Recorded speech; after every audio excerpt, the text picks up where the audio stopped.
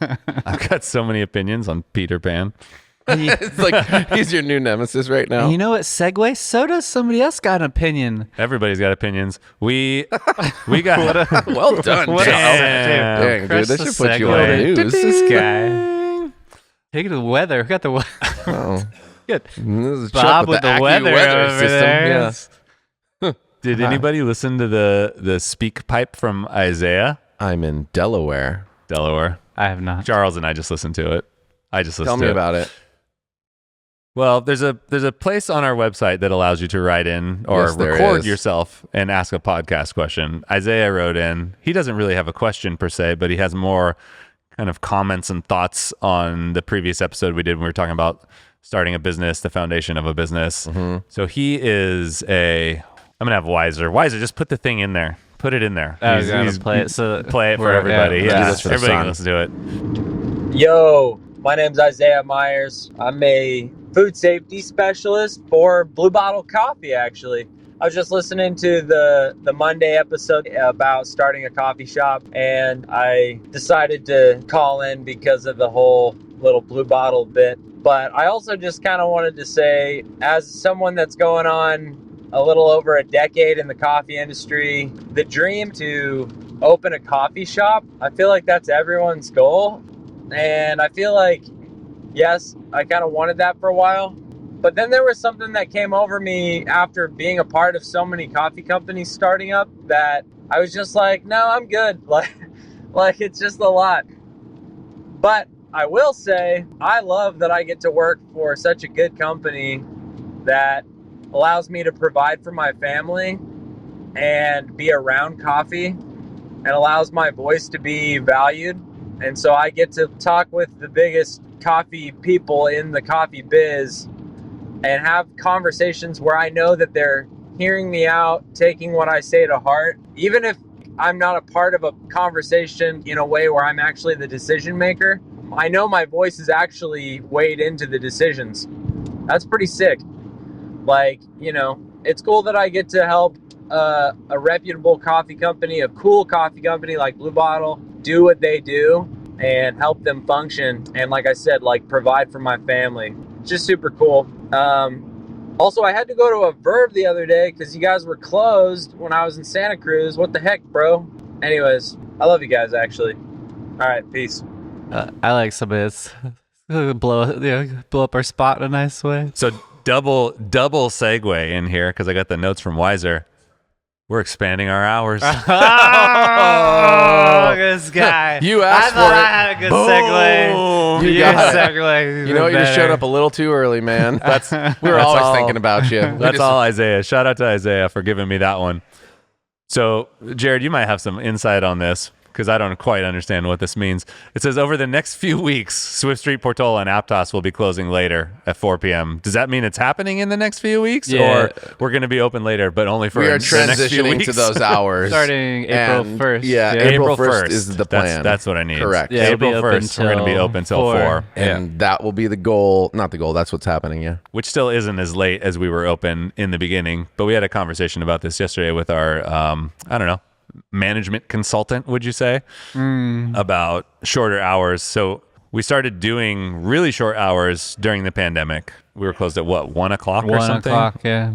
Yeah. And we were, But that was more the necessity of like being able to run just like one solid full shift, like be open That was- for like one yeah, solid people- full shift essentially. Yeah, it was like literally resource management at that Yeah. time. yeah. But coming out of it, we were looking at the, overall cafe take and the margins and everything. And it just didn't make sense to ever go back to where we were, which we were open till what? It was 5 or 6? Yeah, 6 6 at a o'clock, few places. and it was. You guys can jump in and tell me where I'm missing here, but it was some combination of just staying open for the peak hours, but also the extra cost associated with carrying the extra employees that were that were needed to have just that extra shift, because it's not just like you're tacking on 3 or 4 hours to the end of the day. In the context of everybody's schedules, you need a X amount more employees, Yeah. and there are costs associated with that outside of just the labor. Right. There's levels to that business aspect of it to where, I mean, and just in general, right? It's like we do 2/3 of our business by noon. And so it's like already, you're not getting a huge number of people in the afternoon. And it is even more to what you said. It's like, yeah, we can look hour by hour about, revenue per hour versus our labor cost per hour and things like that. But it is exactly what you're saying. Like, if you're going to be open that many more hours across all the cafes we have, it's like there is a cost to having the larger company, the admin costs, the payroll tax costs, the insurance costs, all those costs that kind of accrue to a company with a larger size than you would if you were a little bit leaner. That just makes it, where maybe the numbers don't pencil out in the best way. We were doing. Yeah. Well, I mean, I think the real challenge, though, that maybe I want to make sure people are noticing here is that the reason it was challenging for us to stay open wasn't just because it cost, it was because it cost that amount for us to deliver the experience we were unwilling to compromise on, right? It's like, it wasn't just that some we places wanted. maybe just have like one that's person what I'm saying. working. So if we wanted right? the money grab, we could just have one person be there and say 15 people walk in, that person's just going to handle it. And that person, and that sucks. We're thinking about our team members' experience. We're also thinking about the guest experience. And both of those people in a scenario where you have a cafe that's fairly large and you make this promise to give hospitality and quality and et cetera, and then you have something like that happen, you don't get to back that promise up, and it costs on both ends. And so whether we call it inability or it just didn't make sense, period, to be able to figure out how to deliver that experience in a business sense that made it work across the board. We couldn't pull it. It wasn't really worth the squeeze either way. And that I think is really important because it wasn't just that we were like, let's save money, which I don't think either of you were saying at all, but somebody who might be listening, if they didn't hear that part, might assume that's why we're saying that. That's a good clarification, right? It's like if we can't, there's a certain level of experience that we have to provide because of, or just that we want to provide because of who we are and what we believe. And if we're not able to do that, then we're not going to like compromise the team or the experience. That I feel like is the biggest frustration across the board with running this business, is that it's so obvious how powerful experience delivery is and how powerful it is for our team members and the guests. And then at the same time, you consistently have this challenge of making sure enough people come through the door to pay for it, period. And that's it. It's like people can go to bat all day long and tell us how awesome our experience is, and our team members can go, this is one of the best jobs I've ever had. And even the ones that leave come back and take the job again, and it's awesome. That's such a thing. But then it's like the blue bottle Isaiah, he didn't want to run a business. And that's where I feel like you live in this paradox of like, well, somebody's got to open these businesses or else we don't show people that it's possible. And then that is what I'm saying. Basically, that's a paradox of the world. It's like, I'm glad you get to work at a place like Blue Bottle that does that. And also, I think we do, in my opinion, like a job that I would prefer to be working for over a place like that. And that's not even a diss on it. That's why the company exists. And so I want more companies like us to exist, not less. And that for me is where the ... what's up with the business metrics in the world and how can we make this work? Well, I'd say to your point, all of those things, you can't have one extreme or the other, right? Well, I mean, what I was going to say is like, first and foremost, if you're going to have a business like that, you have to have the desire to have a business like that. Yeah, absolutely. Right. And not everybody does. There's a place in town that I'm not going to name drop, but you guys will pick up where I'm going. And you go, and there's always one person working by themselves. It's a really popular place. And there's a line out the door, and the product is pretty good. But everything surrounding it just kind of feels terrible. And every time I go in there, because I'll go in there every once in a while, it's feel bad tasty. for the person. I feel terrible for the people working there, and I don't know exactly the underpinnings of how it works, but knowing what we know here, I have a sense of, okay, here's what their labor costs probably are, here's what their rent probably is, here's what their margin probably is. And I'm just like, you could absolutely pay for another person To support your person. to support the Absolutely. person, and you could absolutely pay for a little bit more money upfront to do the training that you need to do, because it's not just always that there's one person working behind the counter. It's there's one person working behind the counter who has 30% knowledge of what they need to know to provide an Right. awesome experience. And you can tell that these aren't bad people. It's not their fault. No. It's the fault of the organization Right. for not caring enough to take the time, Yeah. spend the energy to invest in their employees, invest in their systems, and invest in their culture in the way that you're talking about Sure. to provide the experience. And it's really, really frustrating. And I don't know what's more frustrating. The thing is that they don't do it, or that the place is still really popular. Because Totally. you would hope that in a market-based system, like a market-based The system, dollar vote would go. right? A market-based system is going to reflect what people value. You know, ultimately, and product's like the easiest thing to recognize in that system. If you open a place and it's got shitty product, you would think that no one would come, and then Yeah. that place would ultimately go out of business. And I would hope that over time, and I don't know what has to change, and maybe these conversations are part of it, is that the culture becomes a driving force in that, and people start to opt out and say, you know what, like I like the X here, it tastes good, Right. but it just kind of feels like crap, and I deserve more as a guest and a consumer, and I'm just gonna not go here. Or it takes those people who are opening up something that's undeniably better Right. And right then- next door, where people are like, oh, this is Yeah, the way. I'm not going I love the anymore. way this makes me feel. I didn't even know what I was missing, and maybe that's part of it. People haven't had these really awesome experiences, and they at some point they don't know what they're missing. Yeah. And if we can create those, then once you see it, you can't unsee it. Think so. I mean, it's all a challenging concept, and you got all these layers to that. You got sometimes. I mean, I went on a coffee crawl to the city, and I had unique and interesting, and some good and some okay experiences, and a couple that weren't. But you watch people who seem totally comfortable waiting in line for a really, really long time, and you question that same thing, right? Maybe they just haven't seen otherwise, or maybe people don't care about it as much as quote unquote we do. It's tough to really know, or they just don't. There's not enough businesses like ours attempting to raise the bar, and every single spot in between in terms of how you might approach business is there. I don't know either. It's tough. And then to your point about like a one person working, you actually can have one person working and have a pretty awesome experience, but that person does have to be really seasoned. And that's one of the things that Patty, our local Patty here, just like will not ever let go of, because she got to see it happen towards the beginning of our business. Somebody didn't show up, and I opened Abbott Square, and there was a line out the door, and she was like, oh my gosh, like the wait wasn't long, and you were dealing with people, and you were back and forth, and she calls it a Superman story. And I'm not the only one. There's people in the world. I've seen a bunch of people in the world do that kind of work. So I don't want it to be, thought of as one person working behind a counter isn't, able.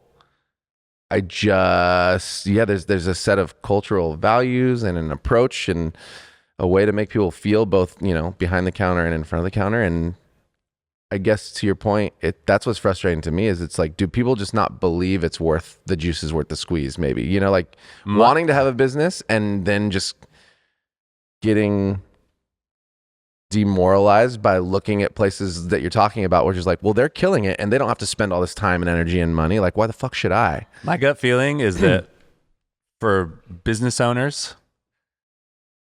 they don't have a support system that works for them. Yeah.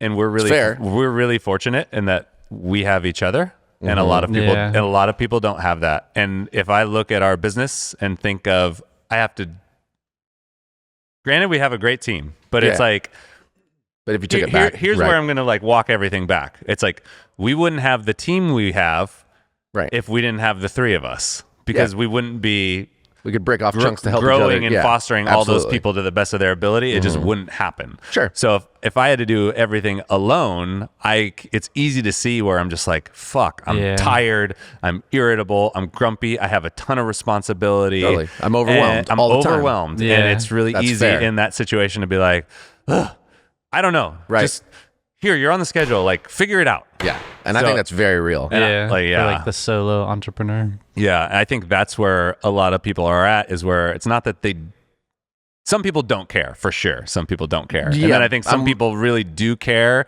Uh-huh. but they're just completely overwhelmed. They're like the single mother. You know, Totally. they're making it work. Dude. It's not so ideal. real. No, totally. Or But a single dad. Or yeah. Thanks, guys. Yeah. No, but for real, it's challenging. I agree with you 1,000%. Like that has to play a part in it, because I want to believe that anybody who opened a business, I'll call it maybe 80%, we'll give it that, maybe a mil more, but they opened a business because they were passionate about doing something better than they had ever seen before, right? They had leveled their way up through some sort of rankings, whatever they did. They learned. They kept getting to this place, and then, not unlike us, they were like, you know what? Like, I don't see this delivery of what I believe is possible, and I got to go for it. And I think it's going to make a difference. And I believe most of the time that's where people start. And then, and through inexperience, which is totally real, you get to that point where you're at, which is like, shit, I see all this stuff and I want to make it possible. And I don't, either I don't know how to do it. I don't have the support system. I don't have the money investment where I can spend the time putting the mental effort into creating, things like that we did get to create, because we got to split up the work, divvy it up, the mission, the values, the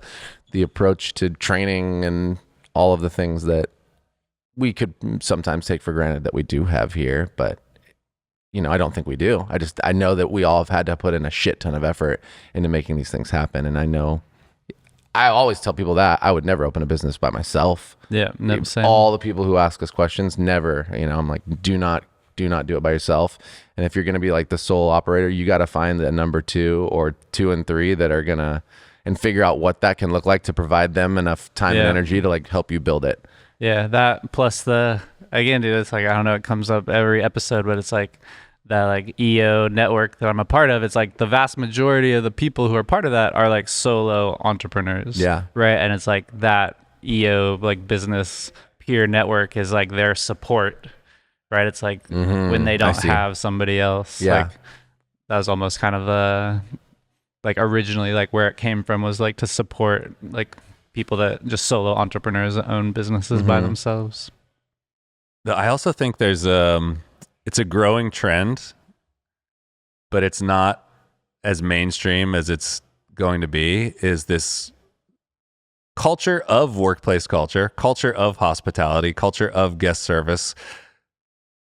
We talk about it a lot, but it's almost like specialty coffee in the world, and we're in 2002 with it. Yeah. That there's a handful of people who know that it exists, and once they see it, it changes their lives, and they're never going to be able to go back. But it's not really mainstream. Absolutely. And it's going to take a few decades, even though there's these big champions of it. You'd see Disney as a champion of it. Someone like Danny Meyer is a champion of it. Will Guidara, like all of these people are champions, but I think they're still really early on in the game of people recognizing that, hey, you have to have good product, yes, but that's cost of entry into the game to really be successful and connect with the hearts of your guests. Like you need to go above and beyond in these areas, and that's just as big of a journey. And you even see that in coffee. It's like when we started in coffee,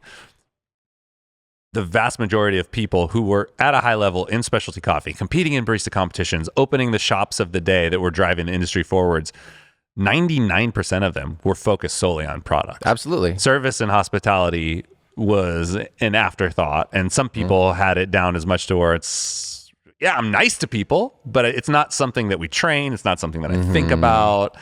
And slowly that's starting to shift, but I think it's still slowly. I mean, these things come out of, in some regard, they come out of having a passion for the product in the industry, right? And then feeling other than in some regard, right? Like you and I got to barista competitions and we clearly felt other.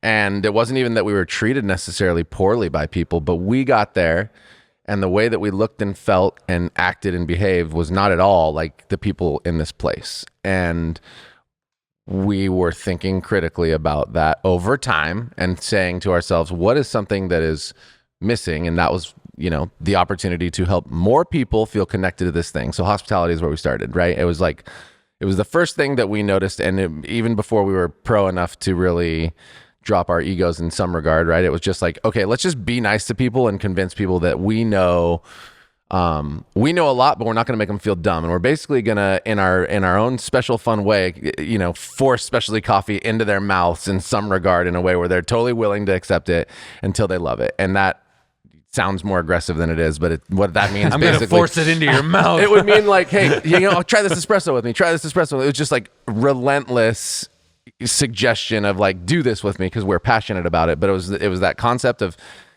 there's all these people out here who want to do this and they feel like idiots trying to do it. So let's make them feel good about it. And that's where that starts. And so Reezy has a fun story about that, because when he lived across the street, he would from just watch 41st, us. and he would come in, he would watch us, but he would also order he would get 5 16-ounce coffees a and day. he wanted us to fill them up to 12 ounces. And he would take we were in a meeting with Kira the other week, and he was telling the story. Reezy was telling the story about how he used to save his to-go cup and take it because he lived right across the street and bring it back to try to cheat the free refills. Yep, the discount situation. He's like, I get $1 refill, right? And He's always trying to hack the system. 5 cups of coffee with cream and sugar. Dude. And one day I'm just like, dude, have you ever heard of espresso? Like, you literally don't have to drink that much coffee. He's like, just from a functional perspective. Just and he's just like, that looks interesting. You guys drink that stuff all the time. All I'm like, day, yeah. son. Is it good? Well, it's gonna be. think so. Yeah. Anyway, that was sidebar. I cut you off. Well, I mean, there's that, but then it's like, I think there needs to be more people who can help put the pieces of the puzzle together for others, right? It's like, you do have champions, but Disney, it's like, it's almost like the barrier of entry for somebody who, quote unquote, feels normal, and an intro entrepreneur is like, well, yeah, but they have all the resources in the world. They have all and literally, right? They have the old stories. They have the amusement park. They have the money. They have the leader, whatever. They have billions of people. And then you got Danny Meyer and Will, who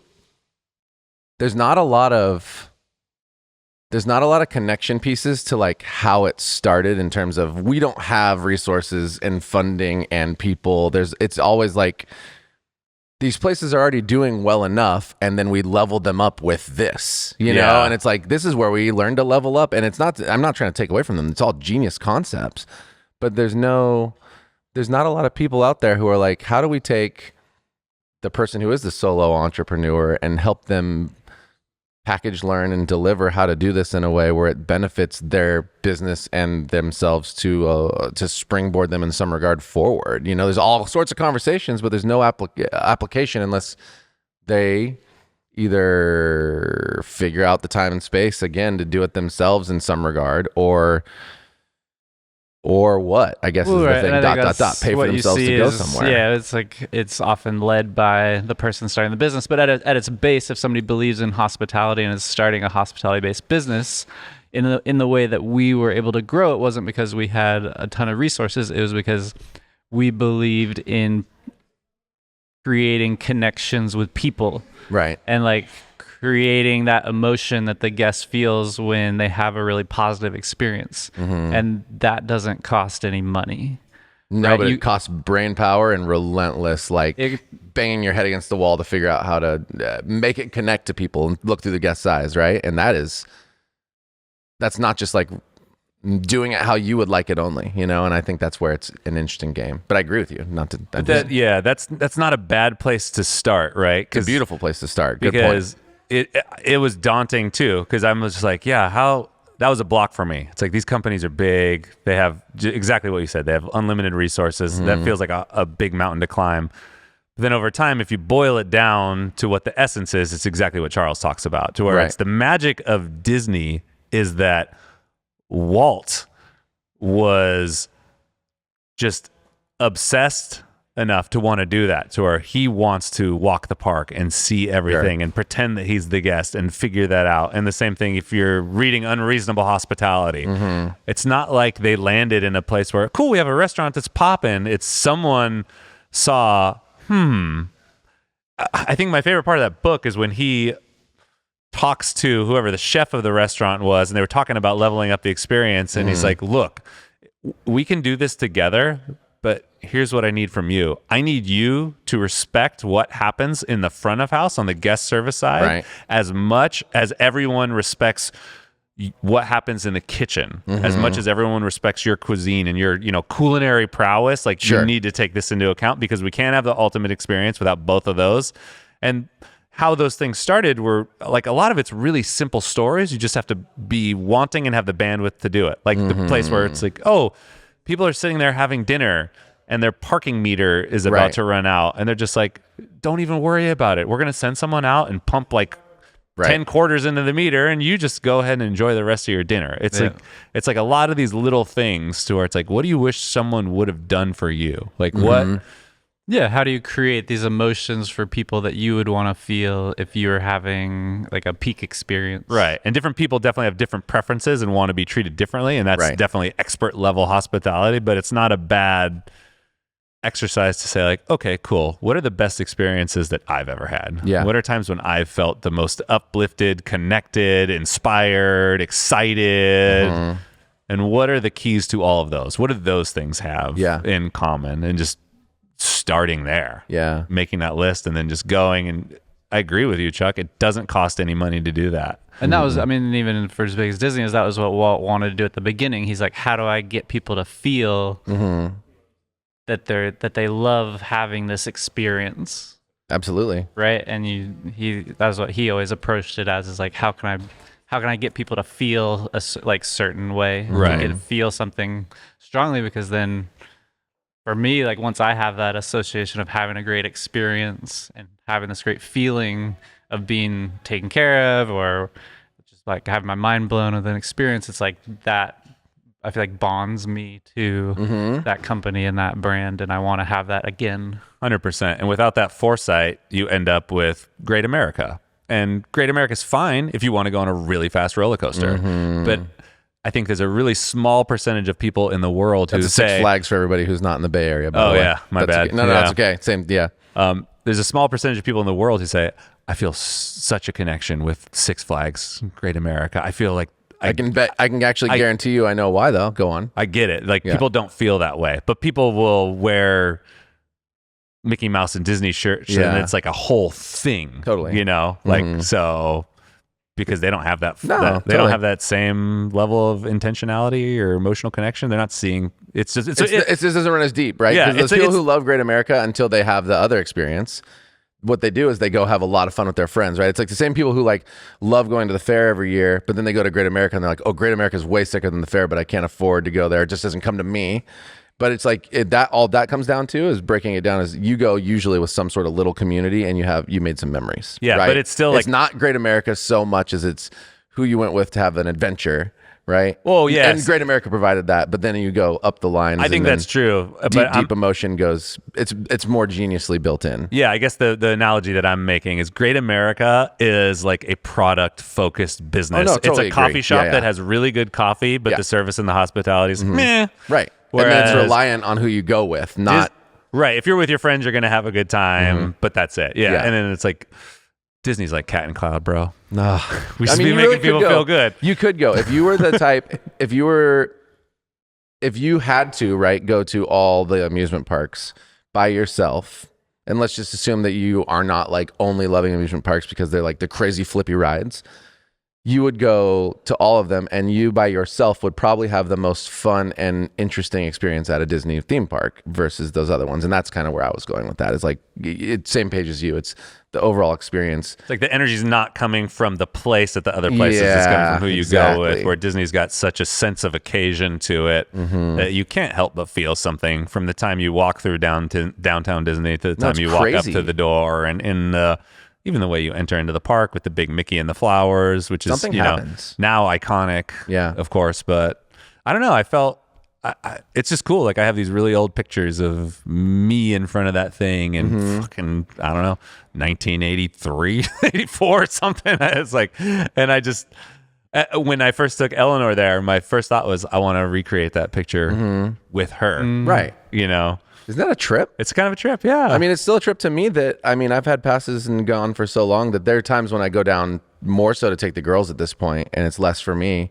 And on the way down, I'm like, oh man, long drive. I'm really tired. We're going to get up early. And then it still happens like right when I pull into a certain area and I'm getting close, it's like without doubt, there's like a kicked in feeling. Or when you're walking, there's just certain places where you're like, holy, it works every single time. It just is. There's some sort of thing that happens there through the connection over time. The other thing I wanted to, I think, bring up too, I think that it helps people, it could help people, is that, you know, Walt Disney and the Wills and the Danny, they get all the credit for the delivery because the concepts and the passion for delivery of these concepts are theirs. But what you both have spoken to is they lean also on their teams for these ideas. And that's something that I think great leaders, including Walt Disney, there's many stories about them sitting down with somebody and asking, you know, how things are going, or just in passerbys, you know, like, hey, yeah, I mean, there's ones with Walt Disney about a people mover situation. And one of the team members was like, yeah, people love it so much.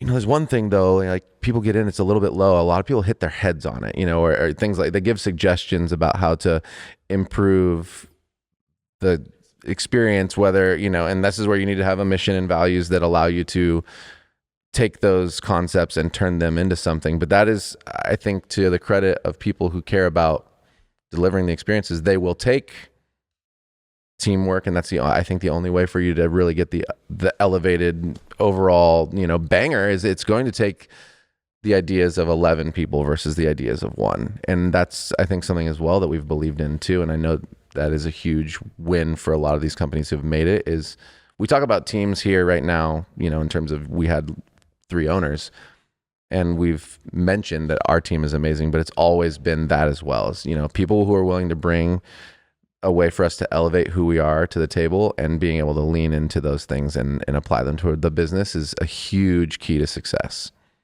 Yeah, you have to be, or it pays to be, open to good ideas that are in line with the mission and will elevate the experience you have, no matter where they come from. Exactly. So it might come from a guest, it might come from a team member, it might come from you, all these different things, which is a little different than some people operate, which is, if it's not my idea, I don't like it.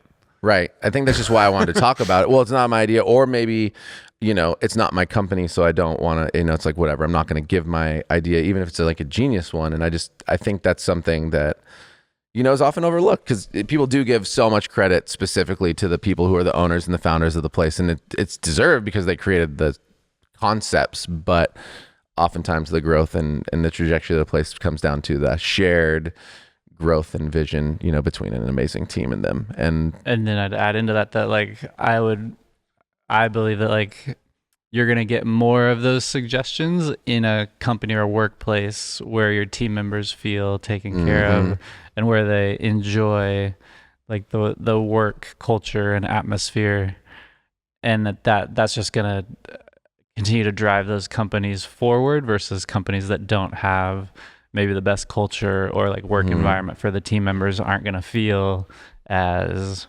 maybe that they care as much, or that they're feel as open to like bring some of those things up. So I think, again, that's where having a workplace where the team members feel really invested or love what they do, it's like, I think that environment just fosters even more creativity and desire to like drive things forward. And then the what do you say? The necessity or the precursor qualifier for any of that is strong, well-defined, known mission and sets of values. Right. Because it actually doesn't really matter what you think personally. If you have a personal opinion that I think it should be this way, that doesn't matter. What matters is, I think this would be a benefit to the guest and the mission of the company. right. Yep. You know, and that's the difference between, this is No, it's a great a point. lot Keep of going. sides to this coin. So one, I think people are trained at work to not contribute, because most of the time when they contribute, someone ignores them. Absolutely. Or someone says their idea is stupid, or work is just an extension of school where you come in, sit down, shut up, do what you're told, and you clock out at the end of the day. See you later. No big deal. We don't have to have any bigger relationship other than that. So people are just like, why would I speak up? Why would I bring my energy and enthusiasm? It's never been rewarded for the past 12 years that I've been in school and work. it's never been rewarded, so I don't give a shit. Like Right. these people don't care about and me. even when I do, they make me feel lame for it. Yeah, So and I understand that. I Yeah. think that sucks, but it's real for a lot of Yes. people. And then the other thing on the business end of things is it's really hard to take and filter through suggestions from your employees when you don't have a guiding North Star. Amen. Because then you're in this pickle where it's like, oh, I want to empower my employees, but I can't articulate why this isn't really good for the company, even though they think it's a good idea. Right. So you got to have both of those things. You have to have the North Star for the business. You have to share that with your team so that your team understands what you're working towards. And it's not like, hey, you got to like my idea because it's my idea. And you said you're really down for your employees. So how can you be down here for your employees, but if you don't like my idea? exactly. Or you never take my idea seriously, it's like, okay, cool. Like we have a lack of mission or North Star values. So it's all these things kind of weave together to create this really awesome And experience. then that's gonna help provide the why exactly. behind Correct. everything. Both if it's good and if it's Good not or taken. bad. Exactly. Right. Right. And that part Really allows important. everybody to feel unified, even when their idea isn't taken to the table. It's not personal. It's not that you're here's stupid. the It's not that you why. don't. Yeah. It's not, has nothing to do with why you are good or not good at this. It has nothing, it just has to do with, hey, it could even be a good idea that just doesn't align with where you're at in the company right now. And be like, hey, that's a sick idea. I'm going to log that.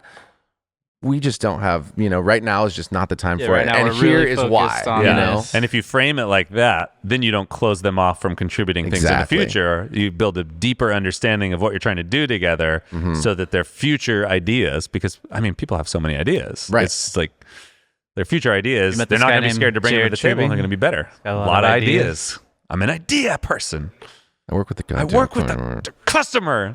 What the hell is wrong with you people? Hey everyone, that's the podcast for the week. Thanks so much for listening. If you heard something that inspired you, or if you heard something that gave you more questions than answers, send us an email to podcast@catandcloud.com. And if you're looking to know more about us, then head to our website at catandcloud.com, where you can find everything we have to offer. A great place to start would be The Answer, our house coffee that's right for any occasion. Or the Best Friends Blend, a coffee that tastes just as good as the good it does by donating $1 per pound back to our partnering producers. Also, if you're feeling extra friendly, connect with us in the usual places, like YouTube, Instagram, pretty much everywhere that's hip. All right, that's it. Thanks for being awesome, everyone, and we'll be back next week.